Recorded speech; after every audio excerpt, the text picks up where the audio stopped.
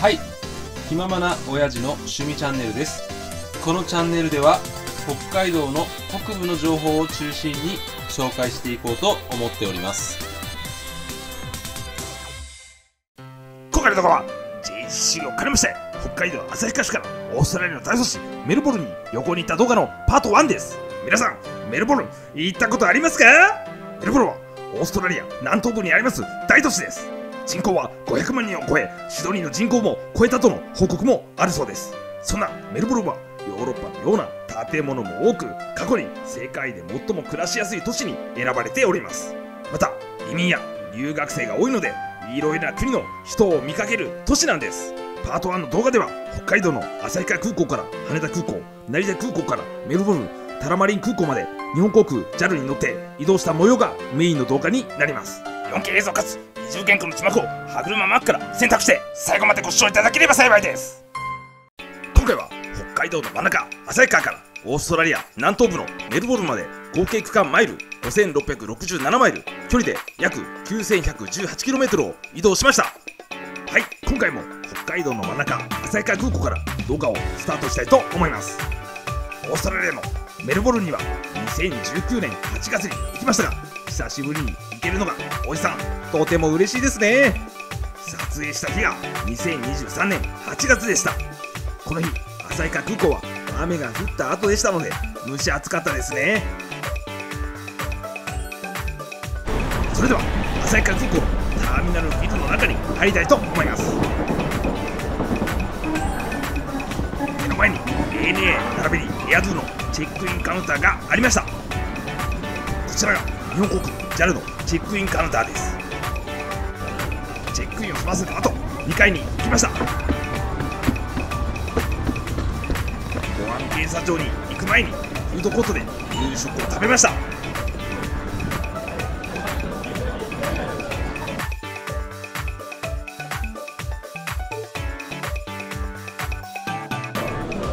今回食事をしたお店はご飯処旭屋です。このお店のメニューです。エビフライ定食や豚丼などのメニューがありましたが、私が個人的におすすめのザンギ定食980円を注文しました。この日フードコートはすごく混んでおりました。北海道の鶏の唐揚げでありますザンギは塩加減が絶妙でジューシーでとても美味しかったです。またもちもちのライスとも合いましたね。とてもおすすめのザンギですので、ぜひ旭川空港に行かれた際にはぜひ食べてほしいと思います。私は夕食を食べた後、保安検査場に行きました。保安検査場を通過した後、制限エリア内にありますラウンジ大切に行きました。このラウンジは右上に記載しておりますカード会社のゴールドカード保有者が利用することができます。私はこのラウンジでソフトドリンクを飲みながらゆっくり過ごしました。はい、これから旭川空港定刻20時15分発羽田空港行き日本航空 JAL558 便搭乗開始します。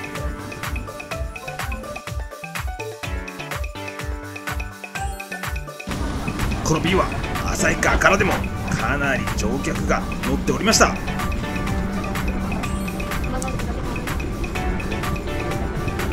私は普通席の通路側席に座りました。以前登場しましたボーイング737に登場した時のモニター映像です。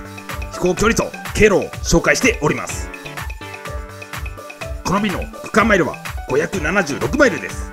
旭川空港から羽田空港までの距離は約 927km です。北海道の真ん中旭川空港を出発しまして、約1時間半で無事に東京羽田空港に着陸しました。クラス J 席の乗客から機内の外に出ました。私はスーツケースを預けております手荷物受け取り所まで歩いていきました。手荷物受け取り所まで結構距離がありましたので再生速度を上げております。私はスーツケースを受け取った後、到着出口を出ました。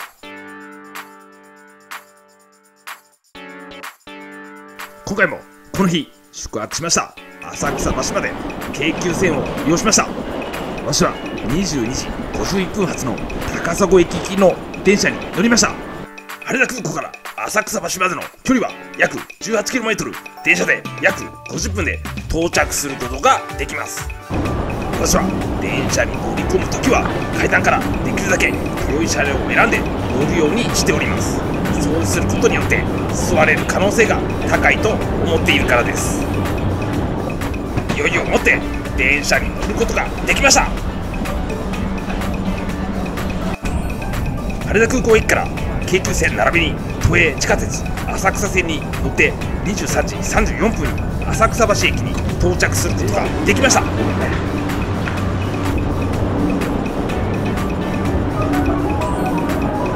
地下鉄浅草橋駅から歩いてこの日泊まったホテルに向かいました。地下鉄浅草橋駅から歩いて5分でホテルルートイングランド東京浅草橋に到着できました。私は浅草橋のホテルから東京エアシティターミナル、通常 T キャットからリムジンバスで成田空港に向かいました。 T キャットから成田空港までの距離は約 71km です。 T キャットは成田空港や羽田空港にダイレクトに行くことができますので非常に便利な場所だと思います。リムジンバスで日本航空 JAL があります成田空港第2ターミナルまでの所要時間は約65分です。 T キャットの中の様子です。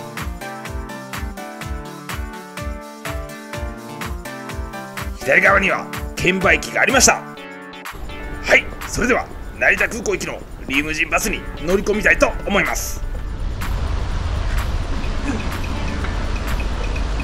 途中バスの車窓から奥に東京スカイツリーが見えました。予定通り所要時間約65分で成田空港第2ターミナルに到着することができました。成田空港第2ターミナルに入ってまいりました。私はまず両替所でオーストラリアドルの両替レートを確認しに行きました。両替所の後に行きました。右側に日本航空のチェックインカウンターが見えました。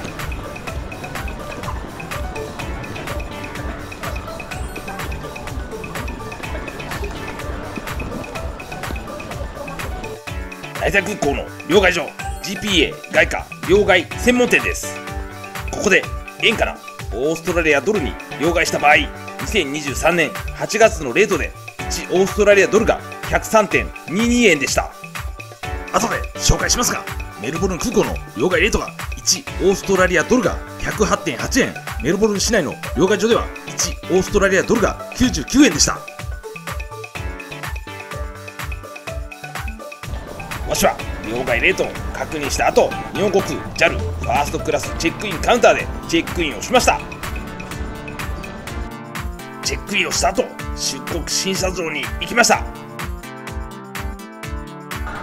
私は日本航空の上級会員でしたので、こちらの優先レーンから出国審査場に行きました。私は過去に成田空港第2ターミナルにありますプライオリティパスで利用ができる施設並びに日本航空 JAL のラウンジなどについて詳しく紹介させていただいております。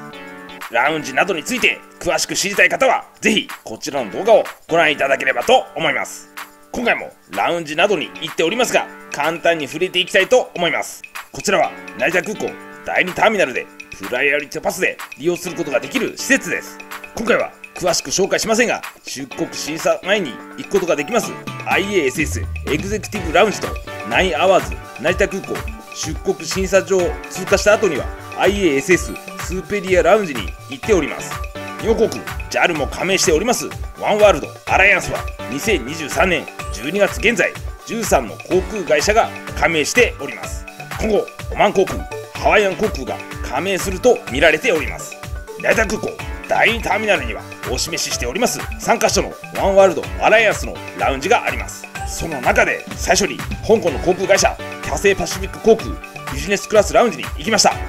こちらのラウンジはワンワールド、エメラルド並びにサファイア会員などが利用することができます。私は出国してあった飛行機を見ながら食事をしました。この後2カ所のラウンジに行く予定でしたので少しだけしか食べれませんでしたが、生ハムや焼きうどんなどどの料理も美味しかったです。キャセイパシフィック航空ビジネスクラスラウンジの後、日本航空 JAL 桜ラウンジに行きました。日本航空 JAL 桜ラウンジはキャセイパシフィック航空ビジネスクラスラウンジと同様にワンワールド、エメラルド、サファイア以上の会員などが利用することができます。3階のザ・ダイニングの様子です。食事メニューをこちらで注文して開放感がある広々とした席で食事をすることができます。ザ・ダイニングの食事メニューです。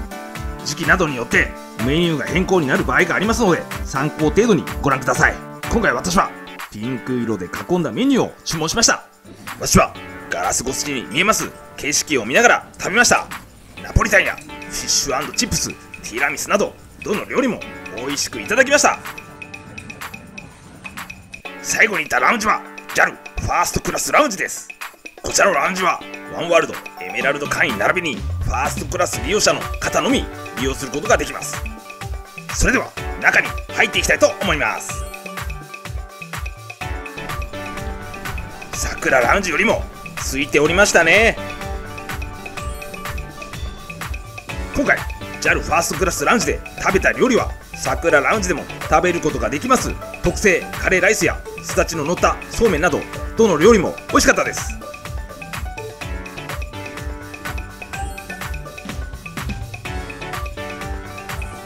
こちらのラウンジではお寿司も食べれましたのでマグロやアナゴのお寿司もいただきました。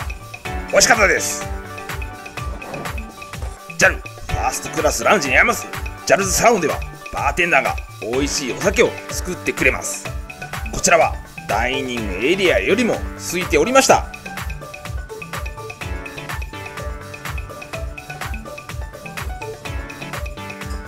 私はこちらでおつまみと美味しいウイスキーをいただきました。すごくリッチな気分になれますね。私はラウンジ巡りをした後75番搭乗口に向かいました。75番搭乗口まで距離がありましたので再生速度を上げております。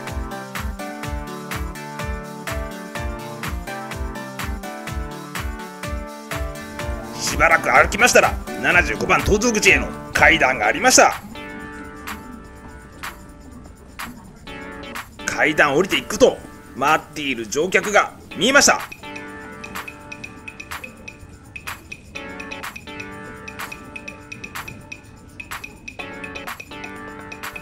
グランドスタッフよりグループ1で搭乗できる方が呼ばれましたので私はこちらに並びました。はい、成田空港18時20分発オーストラリアメルボルン空港行き日本航空 JL773 便搭乗開始します。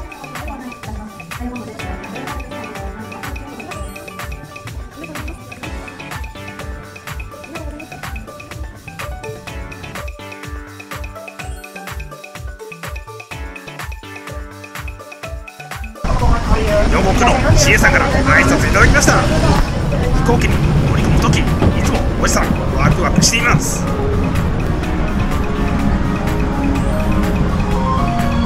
私が乗った座席はエコノミークラスの通路側の席でした。今回登場しましたエコノミークラスの座席には USB 電源がありましたので快適に過ごすことができました。これから成田空港を離陸します。今回通路側席に座ったため離陸の様子が見えにくくなっております。徐々に加速していきます。この機種でありますボーイング787の離陸速度は時速約 300km だそうです。成田空港から JL773 便オーストラリアメルボルン空港に向けて離陸しました。成田空港からオーストラリアメルボルン空港までの区間マイルは5091マイルです。距離は約 8191km です。途中グアム上空を通過してメルボルンに向かうルートでした。ここでメルボルンがありますオーストラリアの地図についてお示ししております。私は行ったことがありませんが有名な観光スポットエアーズロックはほぼオーストラリアの真ん中にあります。世界最大のサンゴ礁グレートバリアリーフがありますケアンズはオーストラリア北部にあります。そしてオーストラリア最大の都市シドニーから今回紹介しますメルボルンまでの距離は約 705km です。そんなメルボルンですが人口が約523万人で近々オーストラリア最大都市でありますシドニーの人口を超えると言われております。メルボルン空港はメルボルン市内から約 23km の場所にあります。メルボルン周辺には今後紹介予定のヤラバレー、オーストラリア最大のスキー場でありますマウントブラなど観光スポットもたくさんあります。今回食べました機内食ですが2種類から選択することができました。私は豚バラ照り焼きを選択しました。成田空港を出発して約1時間半ぐらいで機内食が出てきました。私はラウンジでたらふく食べた後でしたが豚バラの照り焼き食べちゃったんですがとても美味しかったです。オーストラリアに行く場合に必要な ETAS について説明します。オーストラリアにビザなしで入国するためには出発3日前までに電子渡航許可申請 ETAS を専用アプリで申請する必要があります。また入国カードの記入も必要でした。このカードには税関への申告書も書くのですが特に医薬品につきましては厳しいので持ってきている場合は必ず申告しておいた方が良いと思います。入国カードは機内で CA さんにもらうことができます。メルボルン到着まで約1時間半前に再度機内食が出てまいりました。軽食ではありましたが2回機内食を食べれておじさん大満足でした。日本航空 JL773 便成田空港を出発してフライト時間約10時間区間マイル5091マイルオーストラリアメルボルン空港に無事に到着できました。私はビジネスクラスの乗客の後機内を出ました。入国審査場まで距離がありましたので再生速度を上げております。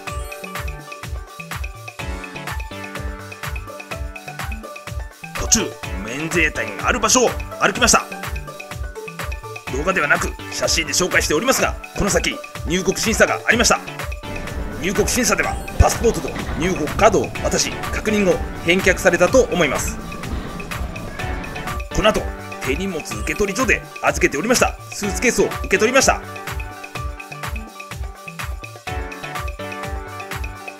スーツケースを受け取った後税関がありました。税関では入国カードを渡しました。税関で申告内容と相違がなければ通過することができます。私はなんとか税関を無事に通過して出口を出て到着ロビーに着くことができました。この時午前6時半ぐらいだったと思いますが出迎えの方もたくさんおりました。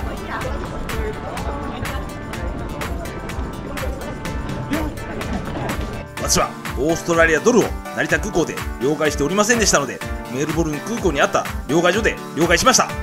実際に私が両替した時のレシートをお示ししておりますが1オーストラリアドルが約 108.8 円でした。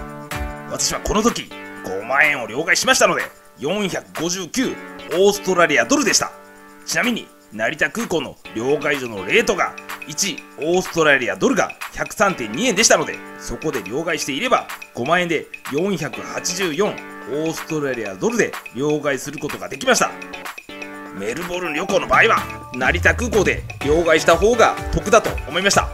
メルボルン空港でも現地で使用ができます SIM カードを販売しておりました。40GB 利用ができます SIM カードの値段が30オーストラリアドル約3000円でした。全く同じ SIM カードを事前に Amazon で買うことができるんです。 Amazon では2899円で販売しておりました。あまり値段の差がありませんが飛行機を降りてすぐにインターネットを利用することができますのでオーストラリアに行く予定の方は事前に Amazon で購入するのがおすすめだと思います。これで今回の動画は以上になります。メルボルン空港を歩いて外に出た時の様子の映像をご覧いただきながらエンディングにさせていただきます。今回の動画は北海道旭川市からオーストラリアの大都市メルボルンまで日本航空 JAL を利用して移動してきた模様を中心に紹介した動画でした。前回2019年8月から約4年ぶりに再度メルボルンに行けたことはとても嬉しく思っております。成田空港ではプライオリティパスを利用してラウンジやカプセルホテルを利用できました。また成田空港の楽しみなんですがキャセイパシフィック航空ビジネスクラスラウンジや日本航空 JAL 桜ラウンジファーストクラスラウンジで美味しいものや美味しいお酒をいただけたのもすごく良かったと思っております。今後作成予定の動画ではメルボルンから日帰りで行けるスキー場の紹介やメルボルンの街並みや観光スポット、美味しいグルメにつきまして紹介したいと思っております。もし作成した際にはそちらの動画もぜひご覧いただければと思います。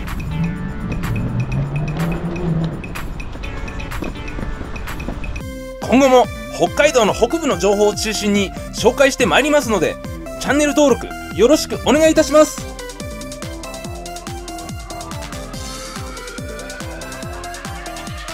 メルボルンの8月、やっぱり寒かったな。